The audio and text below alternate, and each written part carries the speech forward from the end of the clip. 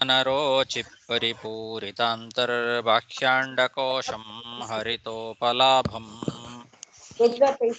ತರ್ಕಾಭಯೇತಂ ವಿಧಿ ಸರ್ವಪೂರ್ವಗೀರ್ವಾಣ ವಿಜ್ಞಾನದಮಾನತೋಸ್ಮಿ ಪ್ರಥಮೋ ಹನುಮಾನ್ ನಾಮ ದ್ವಿತೀಯೋ ಭೀಮಯೇವ ಚ ಪೂರ್ಣಪ್ರಜ್ಞಸ್ತೃತೀಯಸ್ತು ಭಗವತ್ಕಾರ್ಯಸಾಧಕಃ ಬುದ್ಧಿರ್ಬಲಂ ಯಶೋಧೈರ್ಯಂ ನಿರ್ಭಯತ್ವಂ ಅರೋಗತಾ ಅಜಾಡ್ಯಂ ವಾಕ್ಪಟುತ್ವಂ ಚ ಹನುಮತ್ಸ್ಮರಣಾದ್ ಭವೇತ್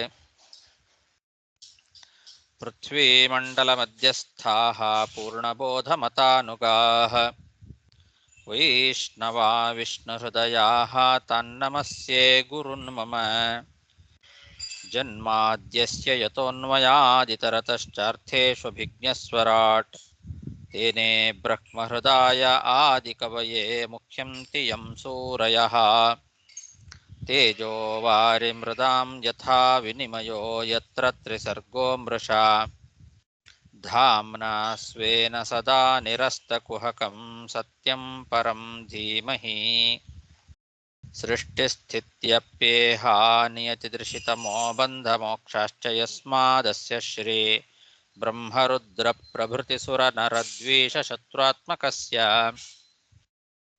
ವಿಷ್ಣೋರ್ವ್ಯಸ್ತಾಃ ಸಮಸ್ತಾಃ ಸಕಲಗುಣನಿಧಿಃ ಸರ್ವದೋಷವ್ಯಪೇತಃ ಪೂರ್ಣಾನಂದೋ ವ್ಯಯೋ ಯೋ ಗುರುರಪಿ ಪರಮಃ ಚಿಂತಯೇತಂ ಮಹಾಂತಂ ಯಂ ಪ್ರವ್ರಜಂ ತಮನುಪೇತಮಪೇತಕೃತ್ಯಂ ದ್ವೈಪಾಯನೋ ವಿರಹಕಾತರ ಆಜುಹಾವ ಪುತ್ರೇತಿ ತನ್ಮಯತಯಾ ತರವೋಪಿ ನೇದುಃ ತಂ ಸರ್ವಭೂತಹೃದಯಂ ಮುನಿಮಾನತೋಸ್ಮಿ. ಶ್ರೀ ಗುರುಭ್ಯೋ ನಮಃ. ಹರಿ ಓಂ. ಶ್ರೀಮದ್ಭಾಗವತದ ಷಷ್ಠ ಸ್ಕಂಧ 5ನೇ ಅಧ್ಯಾಯದಲ್ಲಿ ಇವತ್ತು 25ನೇ ಶ್ಲೋಕ. ತೇಪಿ ಪಿತ್ರಾ ಸಮಾದಿಷ್ಟಾಃ ಪ್ರಜಾಸರ್ಗೇ ಧೃತವ್ರತಾಃ ನಾರಾಯಣ ಸರೋ ಜಗ್ಮುಃ ಯತ್ರ ಸಿದ್ಧಾಸ್ತು ಪೂರ್ವಜಾಃ. ದಕ್ಷ ಪ್ರಜಾಪತಿ ಬ್ರಹ್ಮದೇವರ ಸಮಾಧಾನವನ್ನ ಕೇಳಿ ತಿರುಗಿ ಅಸಿಕ್ನಿಯ ಗರ್ಭದಲ್ಲಿ 1,000 ಮಂದಿ ಶಬಲಾಶ್ವರನ್ನ ಸೃಷ್ಟಿ ಮಾಡಿದ ಅಂತ ಹಿಂದಿನ ಶ್ಲೋಕದಲ್ಲಿ ಹೇಳಿದರು. ಮೊದಲು ಸೃಷ್ಟಿ ಮಾಡಿದ 10,000 ಮಂದಿ ಹರ್ಯಶ್ವರು ನಾರದರ ಉಪದೇಶವನ್ನ ಕೇಳಿ ಸನ್ಯಾಸ ಮಾರ್ಗವನ್ನು ಸ್ವೀಕಾರ ಮಾಡಿ ಹೊರಟು ಬಿಟ್ರು. ಅದಕ್ಕೆ ಮುಂದೆ ಅದೇ ಅಸಿಕ್ನಿಯಲ್ಲಿ 1,000 ಮಂದಿ ಶಬಲಾಶ್ವರನ್ನ ಸೃಷ್ಟಿ ಮಾಡಿದ. ಈ ಶಬಲಾಶ್ವರೇನಿದ್ದಾರೆ ಇವರು ಕೂಡ ತಂದೆಯ ಆದೇಶವನ್ನ ಪಡೆದು ಸೃಷ್ಟಿಯನ್ನ ಮುಂದುವರಿಸಬೇಕು ಎಂಬಂತಹ ಆ ತಂದೆಯ ಆದೇಶವನ್ನ ಸ್ವೀಕಾರ ಮಾಡಿ ತಪಸ್ಸು ಮಾಡಲಿಕ್ಕೆ ಅಂತ ಅವರು ಹೊರಟಿದ್ದಾರೆ. ಸಂತಾನೋತ್ಪತ್ತಿಗೆ ಸಂಕಲ್ಪ ಮಾಡಿ ತಪಸ್ಸಿಗೋಸ್ಕರ ಅಂತ ಇವರು ಕೂಡ ಅದೇ ನಾರಾಯಣ ಸರೋವರಕ್ಕೆ ಹೋದರು. ತಮ್ಮ ಅಣ್ಣಂದಿರು ಆ ಹರ್ಯಶ್ವರು ಯಾವ ಒಂದು ಸರೋವರದಲ್ಲಿ ತಪಸ್ಸು ಮಾಡಿ ಸಿದ್ಧಿಯನ್ನ ಪಡ್ಕೊಂಡಿದ್ರೋ ಅದೇ ನಾರಾಯಣ ಸರೋವರಕ್ಕೆ ಇವರು ಹೋದರು. ಯತ್ರ ಸಿದ್ಧಾಸ್ತು ಪೂರ್ವಜಾಹ ಅಂತ ತನ್ನ ಪೂರ್ವಜರು ಅಂದರೆ ತಮ್ಮ ಅಣ್ಣಂದಿರು ಯಾವ ಸರೋವರದಲ್ಲಿ ಹೋಗಿ ಸಿದ್ಧಿಯನ್ನ ಪಡೆದುಕೊಂಡಿದ್ರೋ ಅದೇ ಸರೋವರಕ್ಕೆ, ನಾರಾಯಣ ಸರೋವರಕ್ಕೆ ಈ ಎಲ್ಲ ಶಬಲಾಶ್ವರು ಹೋಗಿದ್ದಾರೆ ತಪಸ್ಸು ಮಾಡಲಿಕ್ಕೆ ಅಂತ. ತೇಪಿ ಪಿತ್ರಾ ಸಮಾದಿಷ್ಟಾಃ ಪ್ರಜಾಸರ್ಗೇ ಧೃತವ್ರತಾಃ ನಾರಾಯಣ ಸರೋ ಜಗ್ಮುಃ ಯತ್ರ ಸಿದ್ಧಾಸ್ತು ಪೂರ್ವಜಾಃ.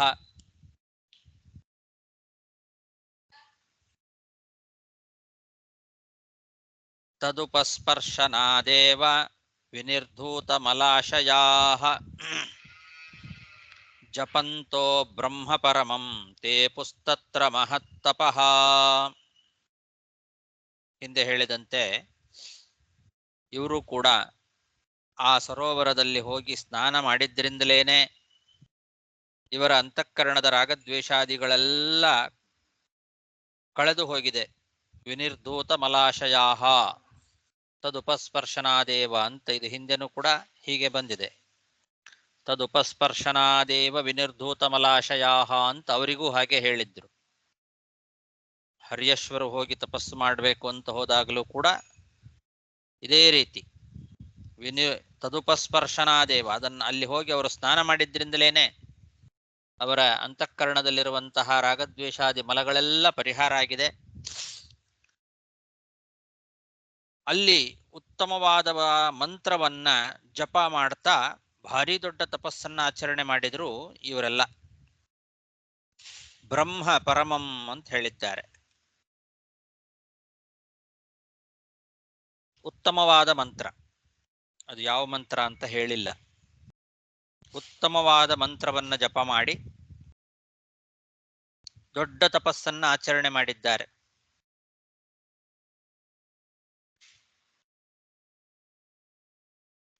ಬ್ರಹ್ಮ ಪರಮಂ ಅಂತಿದೆ. ಬಹಳ ಶ್ರೇಷ್ಠವಾದಂತಹ ಬ್ರಹ್ಮ ಮಂತ್ರವನ್ನ ಜಪ ಮಾಡಿದ್ದಾರೆ ಅಂತ. ಅದಕ್ಕೆ ಇವರು ಹೇಳ್ತಾರೆ ಶೆಟ್ಟಿ ವ್ಯಾಖ್ಯಾನದಲ್ಲಿ, ಬ್ರಹ್ಮ ಅಂತಂದ್ರೆ ಪರಮಂ ಬ್ರಹ್ಮ ಅಂದ್ರೆ ಪರಬ್ರಹ್ಮ ಪ್ರತಿಪಾದಕವಾದ ಪ್ರಣವ ಮಂತ್ರ ಅಂತ ಹೇಳ್ತಾರೆ. ಮುಂದೆ ಹೇಳುವಂತಹ ಮಂತ್ರ ಅಥವಾ ಪ್ರಣವ ಮಂತ್ರ ಅಂತ. ಮುಂದೆ ಒಂದು ಮಂತ್ರವನ್ನ ಹೇಳ್ತಾರೆ, ಆ ಮಂತ್ರ ಅಥವಾ ಪ್ರಣವ ಮಂತ್ರ, ಅದು ಪರಬ್ರಹ್ಮ ಪ್ರತಿಪಾದಕವಾದ ಪ್ರಣವ, ಅಥವಾ ವಕ್ಷಮಾಣ ಮಂತ್ರ, ಮುಂದಿನ ಮಂತ್ರ ಅಂತ ಹಾಗೆ ವ್ಯಾಖ್ಯಾನ ಮಾಡಿದ್ದಾರೆ. ಇಲ್ಲಿ ಜಪಂತೋ ಬ್ರಹ್ಮ ಪರಮಂ ಅಂತಷ್ಟೇ ಹೇಳಿದೆ ಭಾಗವತದಲ್ಲಿ. ಆ ಪರಮಂ ಬ್ರಹ್ಮ ಅನ್ನೋದಕ್ಕೆ ಹೀಗೆ ಎರಡು ರೀತಿ ಅರ್ಥ ಮಾಡಬಹುದು ಅಂತ ವ್ಯಾಖ್ಯಾನದಲ್ಲಿ ಬರೆದಿದ್ದಾರೆ. ಪರಮಂ ಬ್ರಹ್ಮ ಪರಬ್ರಹ್ಮ ಪ್ರತಿಪಾದಕವಾದಂತಹ ಪ್ರಣವ ಮಂತ್ರ ಅಂತ, ಅಥವಾ ಮುಂದೆ ಹೇಳುವ ಮಂತ್ರ, ಎರಡರಲ್ಲಿ ಯಾವ್ದಾರ ಒಂದು ಇಟ್ಟುಕೊಳ್ಬಹುದು ಅಂತ. ಅಂಭಕ್ಷಾ ಕತಿಚಿನ್ ಮಾಸಾನ್ ಕತಿಚಿದ್ ವಾಯುಭೋಜನಾಃ ಆರಾಧಯನ್ ಮಂತ್ರಮಿಮಂ ಅಭ್ಯಸಂತ ಇಡಸ್ಪತಿಂ. ಅವರು ತಪಸ್ಸು ಮಾಡುವಾಗ ಕೆಲವು ತಿಂಗಳುಗಳ ಕಾಲ ಕೇವಲ ನೀರನ್ನ ಮಾತ್ರ ಕುಡಿತಾ ತಪಸ್ಸು ಮಾಡಿದರು. ಕೆಲವು ತಿಂಗಳುಗಳ ಕಾಲ ಆ ನೀರನ್ನೂ ಬಿಟ್ಟು ಕೇವಲ ಗಾಳಿಯನ್ನ ಮಾತ್ರ ಆಹಾರವನ್ನಾಗಿ ಸ್ವೀಕಾರ ಮಾಡಿ ಮಂತ್ರ ಜಪವನ್ನ ಮಾಡಿ ತಪಸ್ಸನ್ನ ಮಾಡಿದ್ದಾರೆ. ಹೀಗೆ ಬಹಳ ಉಗ್ರವಾದ ತಪಸ್ಸು. ಕೇವಲ ನೀರು ಮಾತ್ರ ಕುಡಿದು ತಪಸ್ಸು ಮಾಡೋದು ಕೆಲವು ತಿಂಗಳು ಮಾಡಿದರೆ ಆಮೇಲೆ ಅದನ್ನೂ ಬಿಟ್ಟಿದ್ರು. ಕೇವಲ ಗಾಳಿಯನ್ನ ಮಾತ್ರ ಸ್ವೀಕಾರ ಮಾಡೋದು, ವಾಯುಭೋಜನಾಹ ಅಂತ, ಉಸಿರಾಡೋದು ಅಂತ ಅಷ್ಟೇ ಅರ್ಥ. ಬರೇ ಉಸಿರಾಟವನ್ನ ಮಾತ್ರ ಮಾಡ್ತಾ ಕೆಲವು ತಿಂಗಳುಗಳ ಕಾಲ ತಪಸ್ಸನ್ನ ಮಾಡಿದ್ದಾರೆ. ಈ ಮಂತ್ರವನ್ನ ಜಪ ಮಾಡ್ತಾ ಆ ಮಂತ್ರಕ್ಕೆ ಅಧಿಪತಿಯಾಗಿರ್ತಕ್ಕಂತಹ ಭಗವಂತನನ್ನ ಆರಾಧನೆ ಮಾಡಿದ್ದಾರೆ. ಮುಂದೆ ಹೇಳ್ತಾರೆ ಆ ಮಂತ್ರವನ್ನ, ಇಡಸ್ಪತಿಂ ಅಭ್ಯಸಂತಹ ಅಂತ. ಇಡಸ್ಪತಿ ಅಂತಂದ್ರೆ ಇಳಾಪತಿ ಅಂತ ಬರೆದಿದ್ದಾರೆ ವಿಜಯಧ್ವಜ ತೀರ್ಥರು.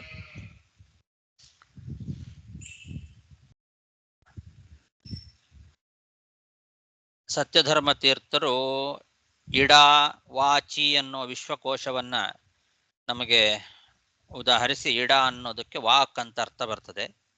ಹಾಗಾಗಿ ವಾಕ್ ಅಂದ್ರೆ ವಾಕ್ಪತಿ.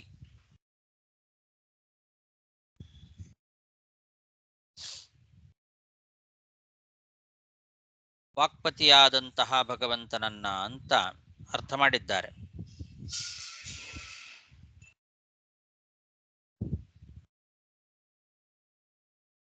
ಹಾಗಾಗಿ ಇಡ ಅಂದರೆ ವಾಚ, ಮಾತುಗಳು.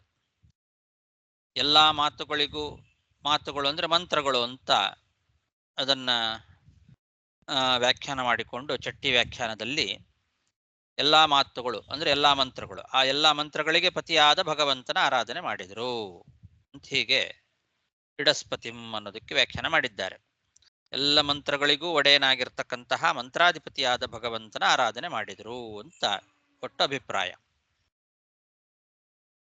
ಅಂಭಕ್ಷಾ ಕತಿಚಿನ್ಮಾಸಾನ್ ಕತಿಚಿದ್ವಾಯುಭೋಜನಾಃ ಆರಾಧಯನ್ ಮಂತ್ರಮಿಮಂ ಅಭ್ಯಸಂತ ಇಡಸ್ಪತಿಂ.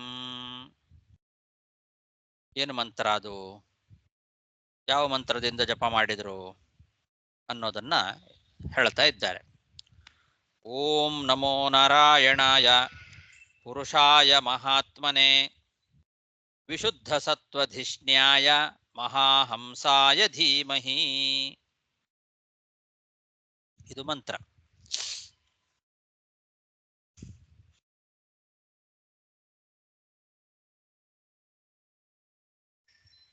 ಓಂ ನಮೋ ನಾರಾಯಣಾಯ ಪುರುಷಾಯ ಮಹಾತ್ಮನೆ ವಿಶುದ್ಧ ಸತ್ವಾಯ ವಿಶುದ್ಧ ಸತ್ವಧಿಷ್ಣ್ಯಾಯ ಮಹಾಹಂಸಾಯ ಧೀಮಹಿ ಅಂತ. ಇದರ ಅರ್ಥ ಏನು ಅಂದರೆ, ಪ್ರಣವ ಏನಿದೆ ಓಂಕಾರ, ಆ ಓಂಕಾರದಿಂದ ಪ್ರತಿಪಾದ್ಯನಾಗಿರ್ತಕ್ಕಂತಹ ಭಗವಂತನನ್ನ ಧ್ಯಾನ ಮಾಡ್ತೇವೆ ಅಂತ ಅರ್ಥ. ಅವನು ಎಲ್ಲರ ಶರೀರದ ಒಳಗೆ ವಾಸ ಮಾಡಿಕೊಂಡಿದ್ದಾನೆ, ಸರ್ವೋತ್ತಮನಾಗಿದ್ದಾನೆ, ಎಲ್ಲರಿಗೂ ಸ್ವಾಮಿಯಾಗಿದ್ದಾನೆ. ವಿಶುದ್ಧ ಸತ್ವಧಿಷ್ಣ್ಯಾಯ ಅಂದರೆ ಶುದ್ಧವಾದಂತಹ ಬಲ, ಜ್ಞಾನ ಮೊದಲಾದಂತಹ ಗುಣಗಳಿಗೆಲ್ಲ ಆಶ್ರಯನಾಗಿದ್ದಾನೆ. ವಿಶುದ್ಧ ಸತ್ವಾನಾಂ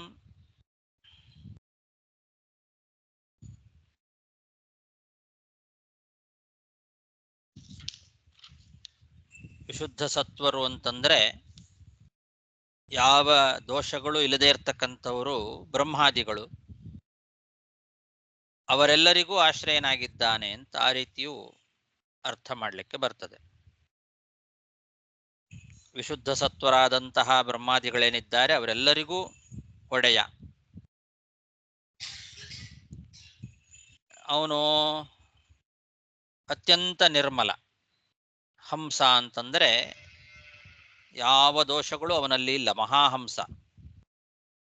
ಮಹಾಹಂಸ ಅಂತಂದ್ರೆ ಅತ್ಯಂತ ನಿರ್ಮಲನಾಗಿರ್ತಕ್ಕಂಥವನು, ಯಾವ ಮಲಗಳು ಇಲ್ಲ ಅವನಲ್ಲಿ, ಯಾವ ದೋಷಗಳು ಇಲ್ಲ, ನಿರ್ದುಷ್ಟನಾಗಿರ್ತಕ್ಕಂಥವನು.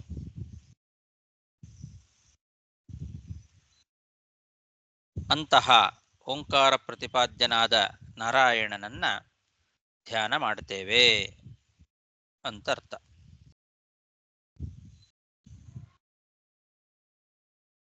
ಓಂ ಅನ್ನೋ ಶಬ್ದಕ್ಕೇನೆ ಸಕಲ ಗುಣ ಪರಿಪೂರ್ಣ ಅಂತ ಅರ್ಥ.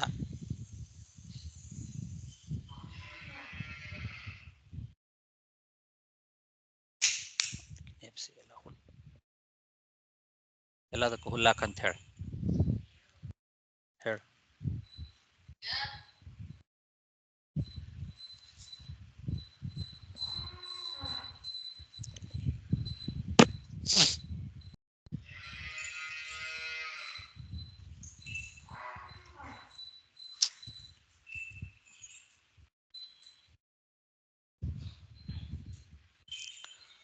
ಓಂ ನಮೋ ನಾರಾಯಣಾಯ ಪುರುಷಾಯ ಮಹಾತ್ಮನೆ ವಿಶುದ್ಧ ಸತ್ವಧಿಷ್ಣ್ಯಾಯ ಮಹಾಹಂಸಾಯ ಧೀಮಹಿ. ಇತಿ ತಾನಪಿ ರಾಜೇಂದ್ರ ಪ್ರಜಾಸರ್ಗಧಿಯೋ ಮುನಿಃ ಉಪೇತ್ಯ ನಾರದ ಪ್ರಾಹ ವಾಚಕೂಟಾನಿ ಪೂರ್ವವತ್.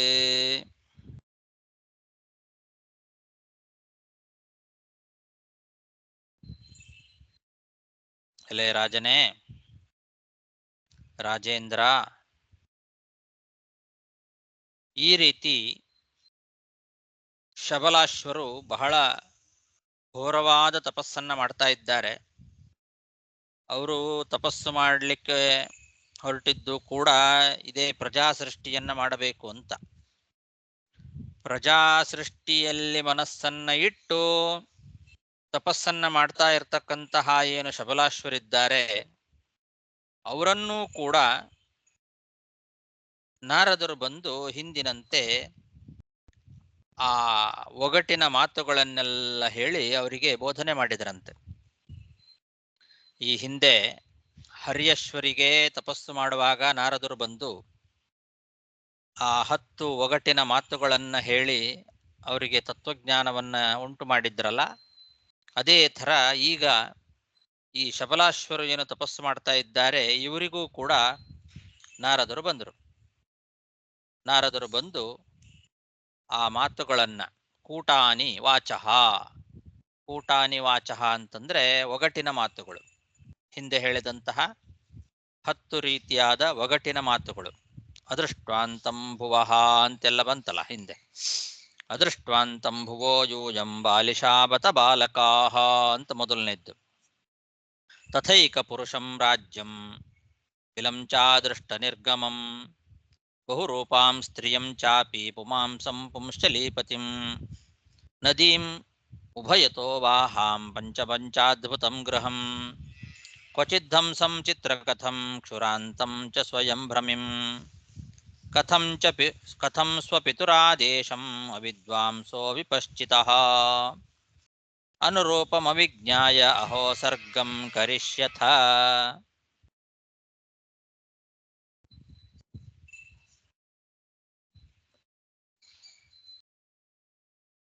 ಈ ರೀತಿ ಒಗಟಿನ ಮಾತು, ಆ ಒಗಟಿನ ರೂಪದಲ್ಲಿ ಇರುವಂತಹ ಮಾತುಗಳನ್ನ ಇವರಿಗೂ ಬಂದು ಕೇಳಿದರು ನಾರದರು. ಹರ್ಯಶ್ವರಿಗೆ ಕೇಳಿದಂತೆ. ಇತಿ ತಾನಪಿ ರಾಜೇಂದ್ರ ಪ್ರಜಾಸರ್ಗಧಿಯೋ ಮುನಿಃ ಉಪೇತ್ಯ ನಾರದ ಪ್ರಾಹ ವಾಚಕ್ಕೂಟಾನಿ ಪೂರ್ವವತ್ ದಾಕ್ಷಾಯಣಾ ಸಂಶೃಣುತ ಗದತೋ ನಿಗಮಂ ಮಮ ಅನ್ವಿಚ್ಛತಾನುಪದವೀಂ ಭ್ರಾತॄಣಾಂ ಭ್ರಾತೃವತ್ಸಲಾಹ. ಅದರ ಜೊತೆಗೆ ಮತ್ತೊಂದು ಮಾತನ್ನು ಹೇಳ್ತಾ ಇದ್ದಾರೆ. ಹಿಂದೆ ಶಬಲಾಶ್ವರಿಗೆ ಹೇಳಿದಂತೆ, ಹರ್ಯಶ್ವರಿಗೆ ಹೇಳಿದಂತೆ ಆ 10 ಒಗಟಿನ ಮಾತುಗಳನ್ನೂ ಹೇಳಿದರು. ಅದರ ಜೊತೆಗೆ ಮತ್ತೊಂದು ಮಾತನ್ನು ಹೇಳ್ತಾ ಇದ್ದಾರೆ ನಾರದರು. ನಾನು ಹೇಳೋದನ್ನ ಕೇಳ್ರಿ. ನೀವು ನಿಮ್ಮ ಅಣ್ಣಂದಿರೇನು ಯಾವ ಒಂದು ಮಾರ್ಗವನ್ನು ಅನುಸರಣೆ ಮಾಡಿದರೋ ಅವರ ಮೇಲೆ ಪ್ರೀತಿಯುಳ್ಳಂಥವ್ರು ನೀವು, ಆ ಅಣ್ಣಂದಿರ ಮಾರ್ಗದಲ್ಲೇ ನೀವು ಹೋಗ್ರಿ ಅಂತ ಹೇಳಿಬಿಟ್ರು. ದಾಕ್ಷಾಯಣಾಹ ನಿಗಮಂ ಸಂಶೃಣುತ. ಎಲೆ ದಾಕ್ಷಾಯಣರೇ ಅಂದ್ರೆ ದಕ್ಷ ಪ್ರಜಾಪತಿಯ ಮಕ್ಕಳು ಶಬಲಾಶ್ವರು. ನಿಮ್ಮ ಅಣ್ಣಂದಿರು ಅಂದ್ರೆ ಹರ್ಯಶ್ವರು, ಅವರ ಮೇಲೆ ನಿಮಗೆ ಅತ್ಯಂತ ಪ್ರೀತಿ ಇದೆ. ಭ್ರಾತೃವತ್ಸಲಾಹ, ಅಣ್ಣಂದಿರ ಮೇಲೆ ಪ್ರೀತಿ ಉಳ್ಳಂಥವ್ರು ನೀವು. ಆ ಅಣ್ಣಂದಿರು ಯಾವ ಮಾರ್ಗವನ್ನ ಅನುಸರಣೆ ಮಾಡಿದ್ದಾರೋ ನೀವು ಕೂಡ ಅದೇ ಮಾರ್ಗದಲ್ಲಿ ಹೋಗ್ರಿ ಅಂತ ನಾರದರು ಉಪದೇಶ ಮಾಡ್ತಾ ಇದ್ದಾರೆ. ದಾಕ್ಷಾಯಣಾಸ್ಸಂ ಶೃಣುತ ಗದತೋ ನಿಗಮಂ ಮಮ. ನಿಗಮಂ ಅಂದ್ರೆ, ನಿಗಮ ಅನ್ನೋ ಶಬ್ದಕ್ಕೆ ವೇದ ಅಂತ ಅರ್ಥ ಇದೆ.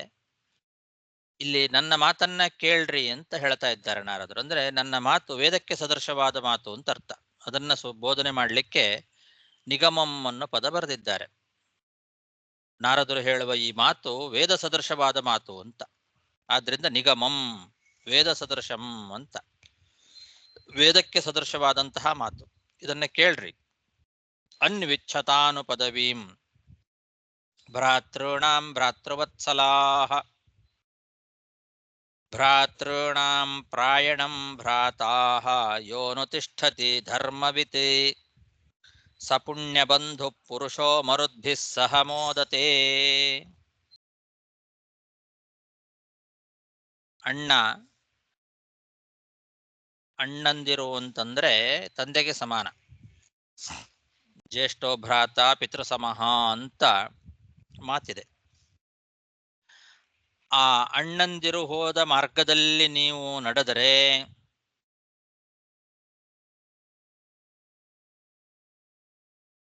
ಪುಣ್ಯ ಬರ್ತದೆ. ಆ ನಿಮ್ಮ ಅಣ್ಣಂದಿರು ಮೋಕ್ಷ ಮಾರ್ಗವನ್ನ ಅನುಸರಣೆ ಮಾಡಿದ್ದಾರೆ. ಧರ್ಮವನ್ನ, ಧರ್ಮದ ಸೂಕ್ಷ್ಮಗಳನ್ನ ತಿಳ್ಕೊಂಡಂತಹ ತಮ್ಮ ಅಣ್ಣ ಹೋದ ಮಾರ್ಗವನ್ನ ಅನುಸರಣೆ ಮಾಡಿ ಹೋದರೆ ಅವನಿಗೆ ಪುಣ್ಯ ಅಂತನ್ನೋದು ಬಂಧುವಾಗಿ ಇರುತ್ತೆ. ಭ್ರಾತॄಣಾಂ ಪ್ರಾಯಣಂ ಭ್ರಾತಾಹ ಯೋ ಅನುತಿಷ್ಠತಿ ಧರ್ಮವಿತ್ ಸ ಪುಣ್ಯ ಬಂಧು ಪುರುಷಃ.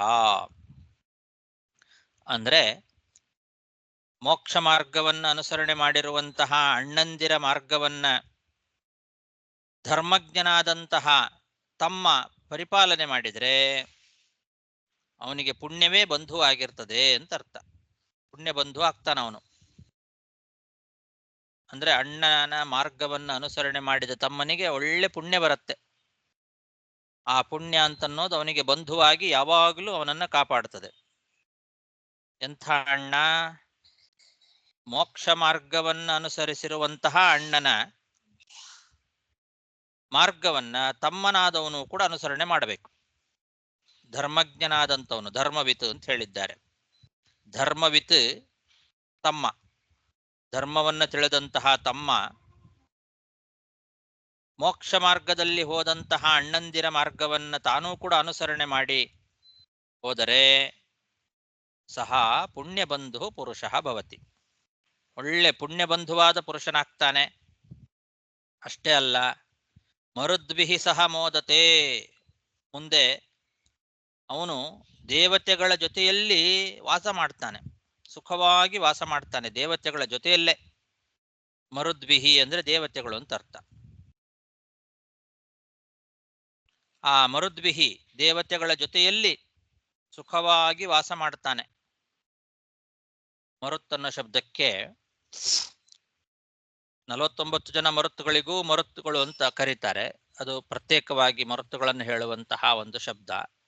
ಎಲ್ಲಾ ದೇವತೆಗಳಿಗೂ ಸೇರಿ ಮರುತ್ತುಗಳು ಅಂತ ಕರೆಯೋದು ಒಂದಿದೆ ಪದ್ಧತಿ. ಇಲ್ಲಿ ಬರೇ 49 ಜನ ಮರುತ್ತುಗಳು ಅಂತ ಇಟ್ಕೊಳ್ಬಾರದು, ಎಲ್ಲಾ ದೇವತೆಗಳು ಅಂತ ಇಟ್ಕೊಳ್ಬೇಕು. ಮರುತ್ತನ್ನೋ ಶಬ್ದಕ್ಕೆ ಎಲ್ಲಾ ದೇವತೆಗಳು ಅನ್ನೋ ಅರ್ಥ ಕೋಶದಲ್ಲಿದೆ. ವೃಂದಾರಕ ನಿರ್ಜರಾಶ್ಚ ಮರುತೋ ಬಂಧವೋ ಮರಾಹ ಅಂತ ಕೋಶದಲ್ಲಿ ದೇವತೆಗಳನ್ನು ಹೇಳುವ ಶಬ್ದದ ಮಧ್ಯದಲ್ಲಿ ಮರುತಃ ಅನ್ನೋ ಶಬ್ದ ಬಳಸಿದ್ದಾರೆ.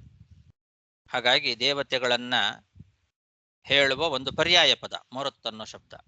ಹಾಗಾಗಿ ಇಲ್ಲಿ ಪ್ರಕೃತದಲ್ಲಿ ಮರುದ್ವಿಹಿ ಸಹ ಮೋದತೆ ಅಂದರೆ ದೇವತೆಗಳ ಜೊತೆಯಲ್ಲಿ ವಾಸ ಮಾಡ್ತಾರೆ ಅಂತ ಅರ್ಥ.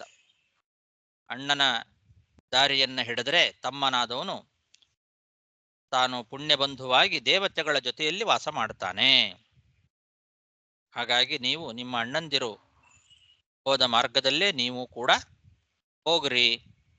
ಅವರೆಲ್ಲ ಮೋಕ್ಷ ಮಾರ್ಗದಲ್ಲಿ ನಡೆದಿದ್ದಾರೆ, ಅದೇ ರೀತಿ ನೀವು ಕೂಡ ಮೋಕ್ಷ ಮಾರ್ಗವನ್ನು ಹಿಡಿರಿ.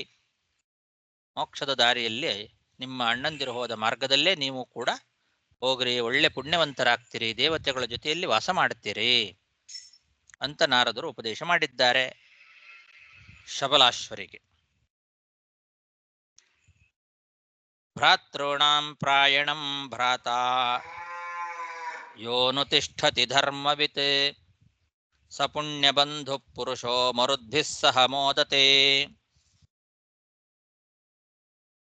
ಏತಾವದುಕ್ತ್ವಾ ಪ್ರಯಯೌ ನಾರದೋ ಮೋಘದರ್ಶನಃ ತೇಪಿ ಚಾನ್ವಗಮನ್ ಮಾರ್ಗಂ ಭ್ರಾತॄಣಾಮೇವ ಮಾರಿಷ.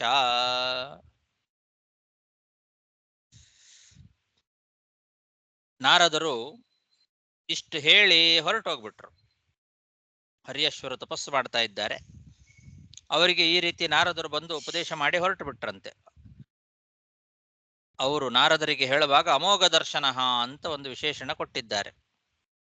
ನಾರದರು ಅಮೋಘ ದರ್ಶನರು ಅಂದ್ರೆ ನಾರದರ ದರ್ಶನ ಏನಿದೆ ಅದು ಯಾವತ್ತೂ ಮೋಘ ಆಗೋದಿಲ್ಲ, ವ್ಯರ್ಥ ಆಗೋದಿಲ್ಲ. ಯಾವುದೇ ಒಂದು ಸಮಯದಲ್ಲಿ ನಾರದರು ಬಂದ್ರೋ ಏನಾದರೂ ಒಂದು ಉತ್ತಮವಾದ ಕಾರ್ಯವನ್ನ ಮಾಡಿಯೇ ಹೋಗ್ತಾರವರು. ಅವರ ದರ್ಶನ ಆಯ್ತೋ, ಯಾರ್ಯಾರಿಗೆ ನಾರದರ ದರ್ಶನ ಆಗ್ತದೋ ಅವರೆಲ್ಲರೂ ಉದ್ಧಾರ ಆಗಿದ್ದಾರೆ. ಇದುವರೆಗೂ ಕೂಡ ಅವರನ್ನ ಉದ್ಧಾರ ಮಾಡದೆ ಹೋಗೋದೇ ಇಲ್ಲ. ಅವರು ನಾರದರು ಬರೋದೇ ಯಾವಾಗಲೂ ಕೂಡ ಅನುಗ್ರಹ ಮಾಡಲಿಕ್ಕೆ. ನಾರದರ ಒಂದು ಕಾರುಣ್ಯ ಅದು. ಎಲ್ಲರನ್ನೂ ಕೂಡ ಅನುಗ್ರಹ ಮಾಡೋ ಸಲುವಾಗಿನೇ ಲೋಕದಲ್ಲಿ ಸಂಚಾರ ಮಾಡ್ತಾರೆ. ತ್ರಿಲೋಕಗಳ ಸಂಚಾರವನ್ನ ಸದಾಕಾಲ ಮಾಡ್ತಾ ಇರ್ತಾರವರು. ಅವರು ಎಲ್ಲೆಲ್ಲಿ ಸಂಚಾರ ಮಾಡಿ ಯಾರ್ಯಾರಿಗೆ ದರ್ಶನವನ್ನ ಕೊಡ್ತಾರೋ ಅವರೆಲ್ಲರೂ ಕೂಡ ಉತ್ತಮವಾದ ಮಾರ್ಗದಲ್ಲೇ ಹೋಗ್ತಾರೆ. ನಾರದರ ದರ್ಶನ ಅಂತನ್ನೋದು ಯಾವತ್ತೂ ವ್ಯರ್ಥ ಆಗೋದಿಲ್ಲ ಅಂತ. ಅಮೋಘ ದರ್ಶನ ಅಂತ ಭಾಗವತ ನಾರದರ ಬಗ್ಗೆ ಒಂದು ವಿಶೇಷವಾದ ವಿಶೇಷಣವನ್ನ ಕೊಟ್ಟು ತಿಳಿಸ್ತಾ ಇದೆ. ಅಮೋಘ ದರ್ಶನ ಅಂದ್ರೆ ದರ್ಶನಂ ಮೋಘಂ ನಭವತಿ. ಅವರ ದರ್ಶನ ಅನ್ನೋದು ಯಾವತ್ತೂ ಮೋಘ ಆಗೋದಿಲ್ಲ. ಮೋಘ ಅಂದ್ರೆ ವ್ಯರ್ಥ, ವ್ಯರ್ಥ ಆಗೋದಿಲ್ಲ. ಅದು ಸಾರ್ಥಕ್ಯವನ್ನ ಪಡಿತದೆ. ಒಳ್ಳೆ ಸಾರ್ಥಕವಾದ ದರ್ಶನವುಳ್ಳವರು ನಾರದರು. ಹಾಗಾಗಿ ಅವರ ಮಾತು ವ್ಯರ್ಥ ಆಗಲಿಲ್ಲ. ಅವರು ಬಂದು ದರ್ಶನ ಕೊಟ್ಟು ಇವರಿಗೇನು ಹೇಳಿ ಹೋದ್ರೋ ಅದು ವ್ಯರ್ಥ ಆಗೋದಿಲ್ಲ. ಹಾಗಾಗಿ ಶಬಲಾಶ್ವರ ಏನು ಮಾಡಿದರು? ನಾರದರು ಹೇಳಿದಂತೆ ತಮ್ಮ ಅಣ್ಣಂದಿರು ಹೋದ ಮಾರ್ಗವನ್ನೇ ಅನುಸರಣೆ ಮಾಡಿಬಿಟ್ರು. ಎಲೆ ಮಾರಿಷ ಅಂತ ಇದು ಸಂಬೋಧನೆ. ಮಾರಿಷ ಅಂದ್ರೆ ಪೂಜ್ಯನೇ ಅಂತ ಅರ್ಥ. ಆರ್ಯಸ್ತು ಮಾರಿಷಃ ಅಂತ ಕೋಶ ಇದೆ. ಹಾಗಾಗಿ ಆರ್ಯ ಪೂಜ್ಯ ಅಂತ ಅರ್ಥ ಮಾರಿಷ ಅಂದ್ರೆ.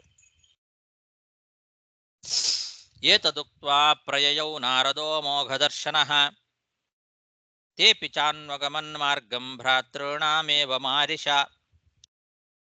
ಸಧ್ರೀಚೀನಂ ಪ್ರತೀಚೀನಂ ಪರಸ್ಯಾನುಪಥಂ ಗತಾಃ ನಾದ್ಯಾಪಿ ತೇ ನಿವರ್ತಂತೆ ಪಶ್ಚಿಮಾ ಯಾಮಿನೀರಿವ.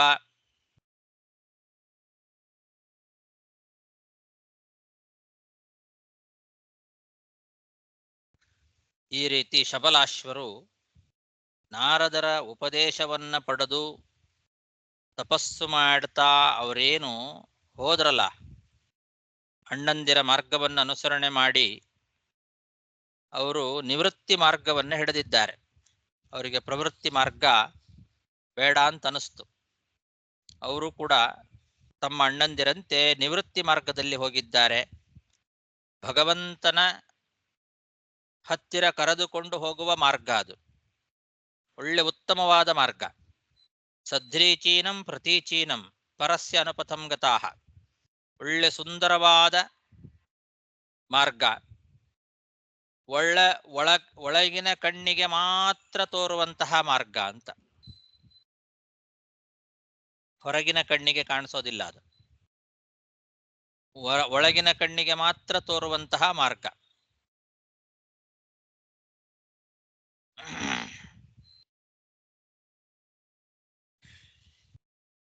ಸಮೀಚೀನವಾದ ಮಾರ್ಗ. ಚಟ್ಟಿ ವ್ಯಾಖ್ಯಾನದಲ್ಲಿ ಸಮೀಚೀನಂ ಸಧ್ರೀಚೀನಂ ಅನ್ನೋದಕ್ಕೆ ಹಾಗರ್ಥ ಬರೀತಾರೆ. ವಿಜಯಧ್ವಜ ತೀರ್ಥರು ಸಧ್ರೀಚೀನಂ ಅಂದ್ರೆ ಶೋಭನಂ ಅಂತ, ಉತ್ತಮವಾದ ಮಾರ್ಗ ಅಂತ. ಒಳ್ಳೆ ಉತ್ತಮವಾದದ್ದು ಅಂತಂದ್ರೆ ಚಟ್ಟಿ ವ್ಯಾಖ್ಯಾನದಲ್ಲಿ ಸಧ್ರೀಚೀನಂ ಸಮೀಚೀನಂ ಪ್ರತ್ಯಕ್ ದೃಷ್ಟಿಭಿ ಗಮ್ಯಂ ಅಂತ ಬರೀತಾರೆ. ಪ್ರತ್ಯಕ್ ದೃಷ್ಟಿಭಿ ಗಮ್ಯಂ, ಒಳಗಿನ ಕಣ್ಣಿನವರು ಮಾತ್ರ ಅದನ್ನ ನೋಡಿ ಹೋಗಲಿಕ್ಕೆ ಸಾಧ್ಯ, ಅಂತಹ ಉತ್ತಮವಾದ ಮಾರ್ಗ. ಪರಸ್ಯ ಅನುಪಥಂ ಅಂತ. ಪರ ಅಂದ್ರೆ ಸರ್ವೋತ್ತಮನಾದಂತಹ ಭಗವಂತನ ಮಾರ್ಗ.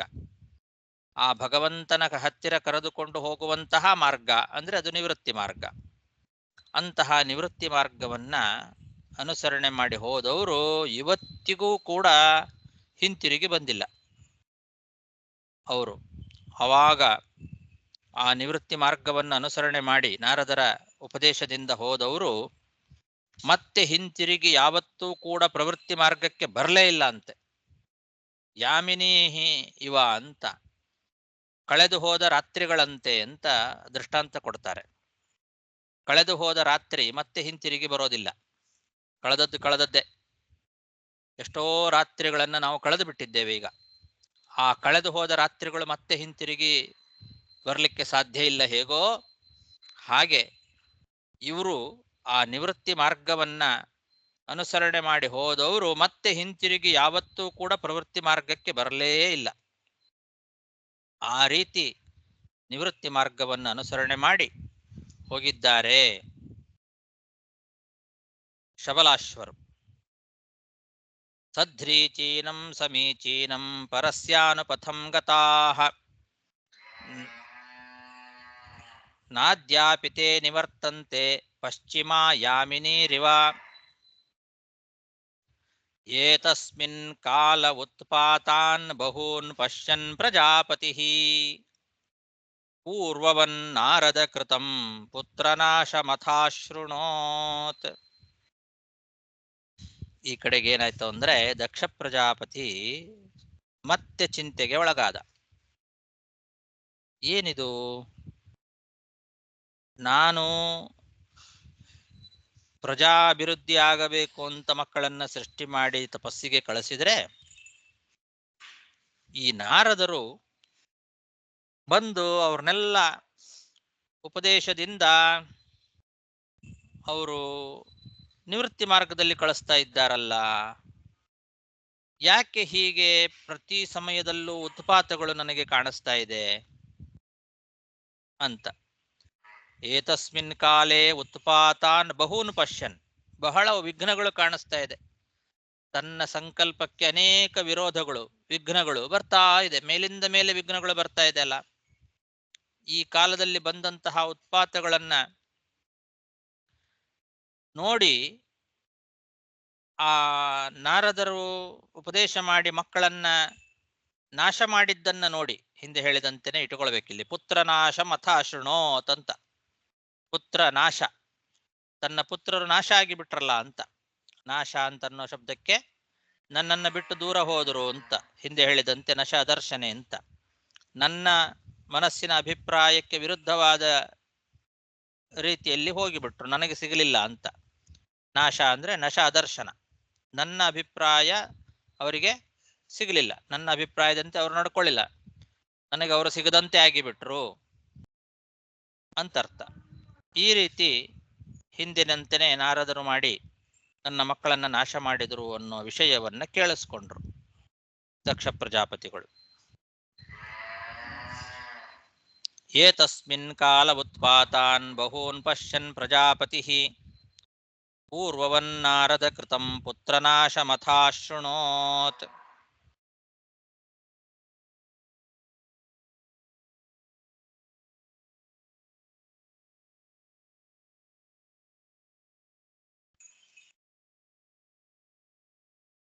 ಸಾಕು, ಸಮಯ ಆಯಿತು. ಮತ್ತೆ ನಾಳೆ ದಿವಸ ನೋಡೋಣ. ಶ್ರೀಕೃಷ್ಣಾರ್ಪಣಮಸ್ತು.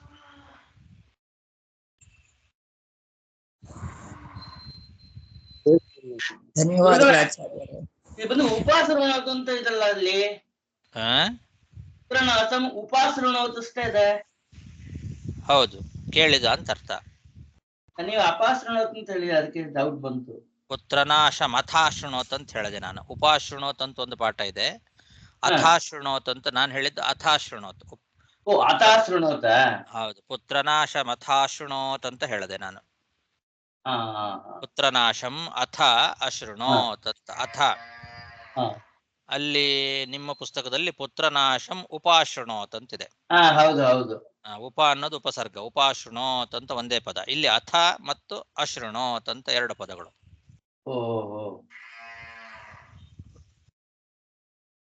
ಆಮೇಲೆ ಇನ್ನೂ ಒಂದು ಇದು ಬಂದು ಶ್ರೌತ ಇದು ಅಂತ ಹೇಳಿ ಕೊಟ್ಟಿದ್ದಾರಲ್ಲ, ಅದು ಏನು ಅರ್ಥ ಅದಕ್ಕೆ?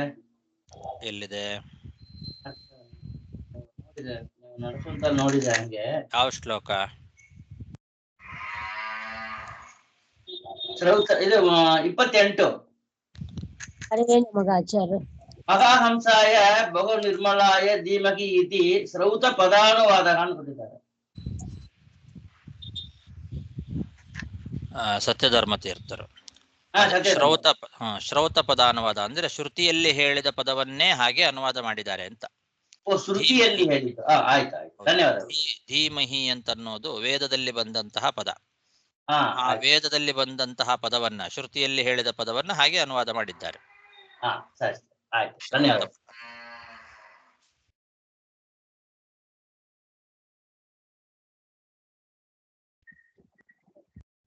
ನಮಸ್ಕಾರ. ಹರಯೇ ನಮಃ. ಜಯ ಶ್ರೀನಿವಾಸ.